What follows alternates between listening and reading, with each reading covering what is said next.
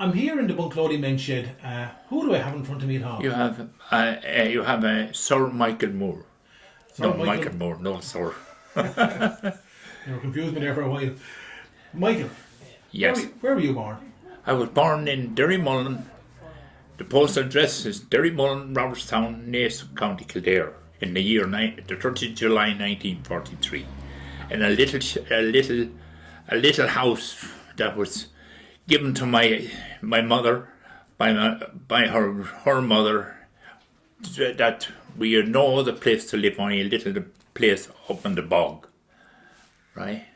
And we stayed there for 3 days, and she took us out of it, and we went to live in a house in the same area in Derrymullen, but it was a house that we rented, and we stayed there until 1966 in the same house. There was 8 of us, and 8 children in the family, and father and mother. And out of the whole 8 of those, we are all, thanks be to God, alive and kicking.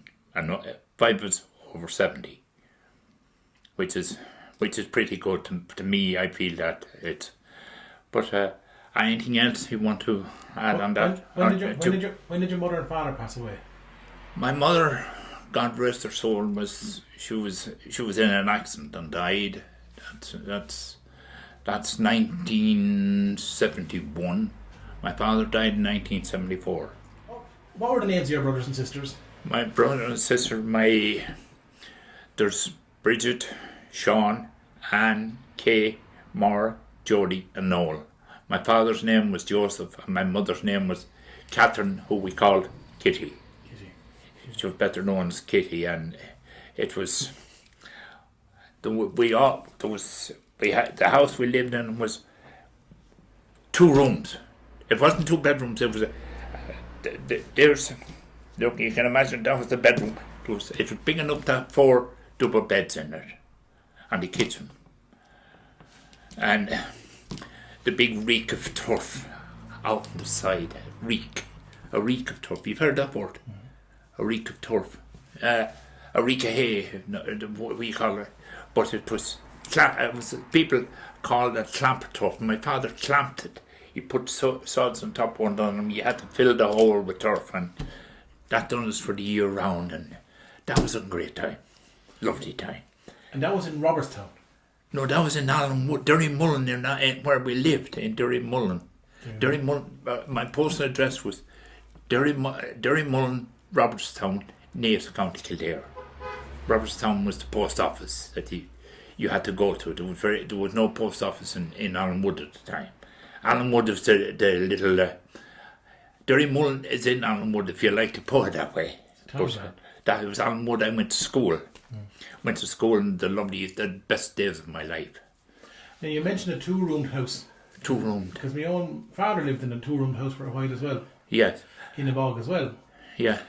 And because people had nothing. Yeah. Very little. Now, did you have an open fire? We had an open fire, yes. Yes, and you had what was called a crane over the fire, and the hooks were hanging on it. You had a pot. You could have 2 or 3 put, and the fire, it was about 4 foot 6 wide, and the ash went down into a hole under the grate, and that had to be cleaned every morning, and that was the big. My mother cooked boiled potatoes, cooked potatoes on the hook, everything, boiled potatoes for especially you ate. For the big, out of the big black pots. The big black pots, yes, yeah. And she baked bread in the cooker The bread pan, was it? No, it was called a baker. A baker had a lid on. You put the grisheans under it and put the grisheans on top. Yeah. She cooked everything. Christmas cakes. The pudding was boiled, of course, in the big pot. That was different. And I'm going to stop you, because the word you mentioned there, my mother cooked the bread in the same way you cooked it, in the bread pan, and she put the greasach, we call it in Wexford. What did you call it in Kildare? Grisheans. Grisheans. Grisheans. H-E-R-N-S, grisheans. And we called it greasach. Greasach. Yeah. Now, do you ever remember your mother, and then you probably didn't have this in Kildare, because you had turf, you burning the dried cow dung? We did. If you had to. Yes. And you put that into it. Yes. Yes, we did. You did do that? Yes. Or the horse manure. The horse wasn't as, it didn't, it never went into dried up the same as the cow dung did. And you went out in the field. My mammy always said to me, you turn them over. Turn them over, yeah. Let the sun get at them, then bring them in. And what period are we talking here, Mike? You'll be talking in the late 40s and the early 50s. Did you have a name on them? Did you call them bowshans or boyons or boreen? Cow dung, cow shit. Cow shit. Cow pat. Yeah. You call them, really. Yeah. And did you ever see them making the Cullum up there in Kildare? Making maybe they had it around Castlecomer where they used to grind up the coal dust or the coal dust with clay, yellow clay, to make a little brick for the back of the fire, anything like that. Yeah, we had the briquette factory in Lullymore, not too far away from us, where the briquettes were made. But we, my way around Christmas, you go up and get a donkey load or an ass load, which was called an ass load for 2 shillings or maybe 5 shillings. They were the briquettes. The briquettes, yeah. You got them directly out of the factory. But you cut your own turf, didn't you? We cut our own turf, yes. And you'd be up in the bank, maybe in the month of March, and you'd be. And every Sunday come to you doing this, trying to warm the fingers. That'd be the first barrelful or so. And then you have to wheel that out, toss it. It has to be tossed a certain way. What else? With regards to turf. That was March you went cutting. That was March, early start of March, yeah. Yeah. And that wouldn't dry though, would it? Oh, what? Would that dry? Yeah, it would dry. Yeah. Did you have a name for it? No, when you went down to the kind of a black hard turf, did you call them croutons? The black hard? Oh no, just black turf, yeah. Black turf, jet black turf, and we had that. There was a saying as regards to turf. I'm not giving the fucking thing away now. Black I am, and much admired. Men and horses I've tired. They cut my hair, shaved my face, took me out of my sitting place, took me off, and sold me for money. That was the cutting of the turf. With the hair was known as the wigs. The wigs and the turf. And when the turf dried, my father and them, they drew the turf by horse and dray. Maybe 20 or 40 of them had all be setting off for Dublin of a Saturday with the turf to sell the bags, and they'd be coming home. Now this is all coming from my father telling me that coming home they'd all be the first horse would have a nose bag. The others would have the horse's head into the back of the cart, and his hair would be in the cart, and they'd follow one another all along the way. And the horses knew exactly to stop in Selbridge and go into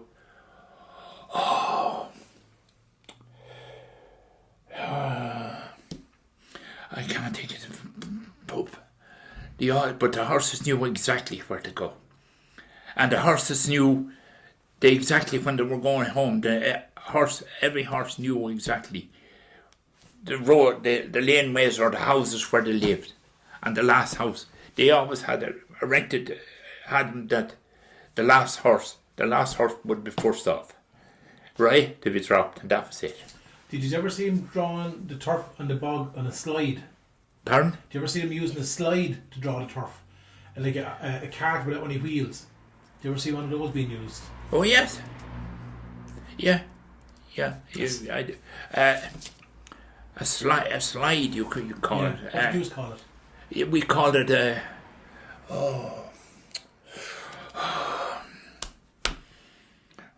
Jesus, they drew the hay in as well. A bogey. A bogey. A bogey. No, you could use a bogey out. You could use a bogey out in the hay, out in the bog, and you just turn it over. It was a smaller version of the hay bogey. With little wheels on it. What? With little wheels on it. Yeah. Yeah. Yeah. Yeah, but that was the one for in the turf, and you brought up with a donkey or a horse, or maybe better still if you had the tractor, the Fordson. Yeah. And the bog was dry, you could bring it in and it'd pull the bogey out. Did you ever hear any names for the tracks you'd use in the bog, like the tucker or a towher? Or did you ever hear them called any name for the tracks where you'd have to keep on the one track in case if you went off that track you'd go into the dirt? No. Kishock. Did you ever hear the word kishock? Kishock? No. No. You were telling me a great word. You were telling me a great word last week when you were digging turf. A little implement you put for a handle. What was that? You use a breast lane to cut it, and it had to be as sharp as that you could shave with it. It had to be as sharp because it was used to cut the wigs of the turf, and they were, and you also when you cut that, you'd have your back would be facing you. You cut down the top of it first. That was to cut my hair, shave my face. That was the shaving of the face at the back. Then you come along with your breast lane. You cut. It all depends on what hand you wear, right? Left-handed or right-handed. If I'm left-handed, I cut. I did the sod of turf. That's right. No, you cut it like a triangle and a rectangle. It was about 4 inches depth and it'd be about 12 inches long, maybe, or smaller. And you cut one side and you pushed in the sling into it. And on the end of the sling, you had a crush, what was known as a crushing, to protect your hand that it didn't get from the sling. That's what you... A crushing. A crushing, yes. And what was it made of? The crushing could be made of the same. It was made of just timber, a piece of wood, and just bored a hole in it. You drilled a hole in it, and 9 times out of 10, you'd have a piece of rag, a wet rag, into it because it was soaking, and otherwise it would pull out. And then when you'd be going home for your lunch or going home, which we had the tea brought to the bog at 3 o'clock. You look forward to it. And when that was going, when we were having the tea, you put the sling down into the water, the handle of the sling down into the water, so that it'd, the word escapes me again. You used it outside before. It's to swell the timber, and that.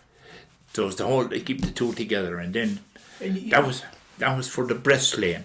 And when you had the top off, you had the top of the turf was about, I say you were about 5 foot. You took off of the breast lane.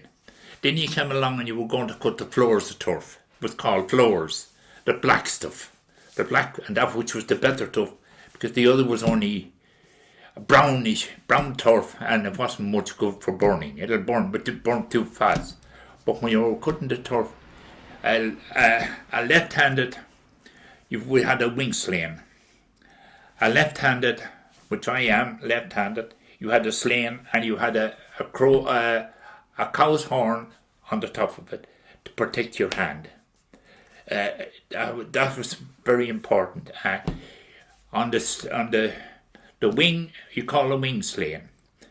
And being left-handed, the wing was on the right-hand side of the sling. To hold the sod when you were throwing it up, because you throw it, it's not been shown that when you dug down for the sod, you did that. And without looking, you knew exactly where the catcher was, And if I'm right-handed, the wing of the sling is on the left-hand side of the sling, and you're throwing it this way. Whereas I'm doing this way, right? Throwing the turf this way. But the other guy is this way and he's throwing it this way. To get it, because that was all you either have. It was either you either work from either end of the whole of the floors of turf, right? You had to cut it, dig out the first sod with a spade. Then you turn. Oh Jesus! Is it bringing back memories to you? Too much so. Sit down or Don't you know something? They were the best days of my life. The bog. I loved it. It was hard work. Granted, it was hard work, but it was a joyful time because you look forward to the mother coming or with the can of tea and the buns. And there was one particular time my mother was in, I don't know where she was, but my sister decided to make the buns, right? Of course, my mother always used baking powder when she was, but when she brought the buns down to, my sister happened to be bringing the buns and down to the bog this day, and when we tasted them, we had to spit it out. And she said, "What's wrong?" My father said, "What do you use?" "The baking powder," she said. But it wasn't until we went home at 6 o'clock, 5:30, 6 o'clock, we found out that what she put into it, boric powder, which was used years ago for bathing your eyes. Boric, B-O-R-O-U-C, or B-R-O, boric powder, and the taste was... It wasn't a big hit, was it? What? It was not a big hit. Mike, you were telling me last week that you remembered St. Martin's Eve growing up. Yes. I barely, as far as I can remember, that they killed the cock of the Eve, and they used the blood, when it was hanging up. But is that correct? Hanging up or hanging down? That they collected in a basin, the blood, and everyone in the house was blessed with it on the forehead. And it was, I cannot remember why it was done, but I can't remember. I know it was done, but I cannot remember why or how. I just can't. It's something I cannot remember. I remember it being done, but... And do you remember the blood being put on the four corners of the room? Yes, I do. That was to keep the evil spirits out. On the four corners?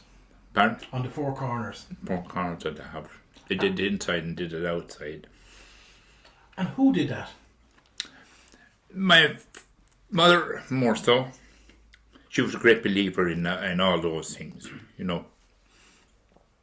And my father, to a certain extent, but he was more. My mother, she was more down to earth. That she did all those things. She thought nothing about going out and helping. If she was having her dinner and someone said, "Call to the house," and Kitty, can you come and help me do this or do that? She'd go. It was gone immediately. And would your mother have killed a cock?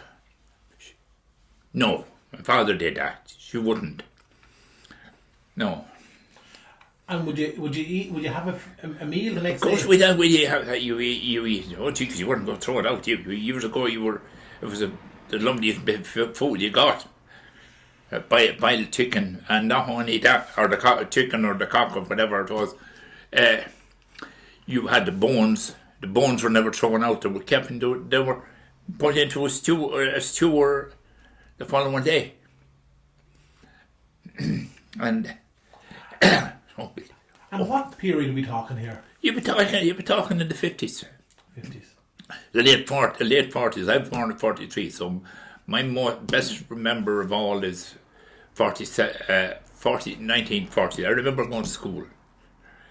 My best memory is 1947, the All-Ireland final being broadcast from New York by Micheál O'Hare. I can remember that distinctly, that the time was running out because they bought an hour or an hour and a half from New York radio or whatever it was, I can't remember. And the last 5 minutes of the match, it was running late, and time was... But he kept saying over the airways, just give us 5 minutes more, give us 5 minutes, just give us 5 minutes. And they got the 5 minutes, and when the final whistle was blown, it was off, gone. That was lost. Well, I can remember that. And you can check that up anywhere, and they will tell you the same thing. And the match between Kerry and Cavan. And you're a Kildare man. I'm a Kildare man. And where did that St. Martin's Eve tradition, where did that take place? That took place in the county of Kildare, in the parish of Allen.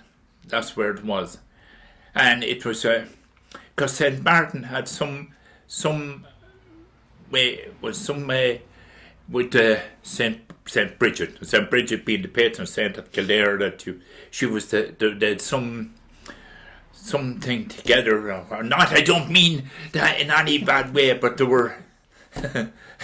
I don't know how I can put this. They had a relationship of some sort. Yeah. And tell me this, you're a Kildare man. Do you remember St. Brigid's Eve? Yes, I do. Now, did you go out and pick the rushes or cut the rushes on St. Brigid's Eve? We did. More so, we did them. We brought them to school, and that's where we made our St. Brigid's crosses. We brought them home in the evening. Our teachers had great knowledge of those things.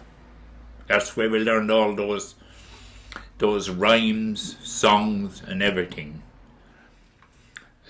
But being in Kildare, that the legend of St. Brigid is, whether it's legend or is that how the curry came about. You all know how the curry came about. She went to the bishop. She wanted to build a church for her people in Kildare. She went to I think it was either the bishop or the marshal or the king of Leinster at the time. There was one of them anyway, and he said she was begging, and she got down on her knees begging. And he said, I'll give you what? What's this he said? What your cloak can cover. She always wore a red cloak. And she said, grand. So he went outside, went out, and she left the cloak on the ground, and it started going out, spreading all over the plains, which we learned through legend that it was the Curragh of Kildare came about, and she also built her little church. And he was dumbfounded, more so, couldn't believe it. But she's being the patron saint of Kildare. She was also when radio television opened, they used the cross, St. Brigid's cross. Did you have the Maybush up in Kildare? Well, the Maybush, yes, we had a Maybush. The eve of the May, we went out. You picked the daisies, the cowslips, the daisies, the cowslips, the primroses, and you made daisy chains. You made primrose chain. You just split the end of one and put the other stem of the other one through it, and so on, and went on for. You could keep them going for as long as you wanted, and you bound them all around any bush. It made no difference, especially the hawthorn. Around that, and you had to be careful with thorns, but that's what we do. And did you cut down the hawthorn, or did you put it around a living tree? Oh no, it's a living tree. It was a living tree. No, you didn't cut it. You could cut a hawthorn. You must be joking. You'd be shot. You wouldn't bring one inside anyway. What? You wouldn't bring one inside anyway. No, with thorns, no. Bad luck to say. It was bad luck, but yet they have walking sticks made out of it now, and I don't know if it's bad luck, good luck, or anything. But those things were then. And did you remember them putting eggshells on the maybush? Oh, you put eggshells, anything, everything. Anything there was, you left, what? Coloured paper, put coloured paper on it. Anything, it was dedicated to Our Lady, and the month of May is the month for Our Lady. And did you ever see people say And we seen the rosary. Mm. Speak about rosaries. No, don't speak about rosary. There's a song about the rosary, and there's a recitation about the rosary. That the rosary was but trimmings, that the trimmings we did say. That's one part of it. But it's a long poem, which we learned going to school, and I forget half of that. I have it mixed up. That's, believe me. My sister Anne, she could say that word for word. You know, she was great at them. But and you were telling me as well, you used to say you had a maypole in your particular area. We had a maypole, yes. You had a maypole over. You put up a pole at the Crossroads, and everyone went to it. You had a maypole the month of May, the day that evening, because the days were getting longer, more light, better light, especially if it was a nice fine evening, and you tied 4 or 5 or 6 ropes out of it, which was used, and you swung around them and danced around them, and that was the maypole dancing. And it was many of a courtship was found at the maypoles years ago. If that's what you call a maypole, that a man met his future wife, or the wife met their future husband, and that was it. At the Crossroads. What? At the Crossroads. At the Crossroads, yes. Where was the Crossroads near you? The Crossroads was Allenwood. Allenwood Crossroads. Yeah. And what period are we talking again? We're talking in the same, the late 40s and early 50s. And you'd probably have a man. Because I left. Well, I didn't actually leave home, but around the 60s I was gone out of home, and I hadn't left home, but I went not abroad or anything, but just went different to Maynooth to work. No, that's wrong. No, that was before that. 1957, 58. When I left school, I went to work in. Because there was 8 of us in the family, and I wanted to go on to higher education, and being the eldest, I had to earn a few shillings and keep the house going. There was 8 children to my parents, and money was tight then. Money was very, very tight. But money was tight, but people, to me, is my own version of it, were happier. People were far happier. If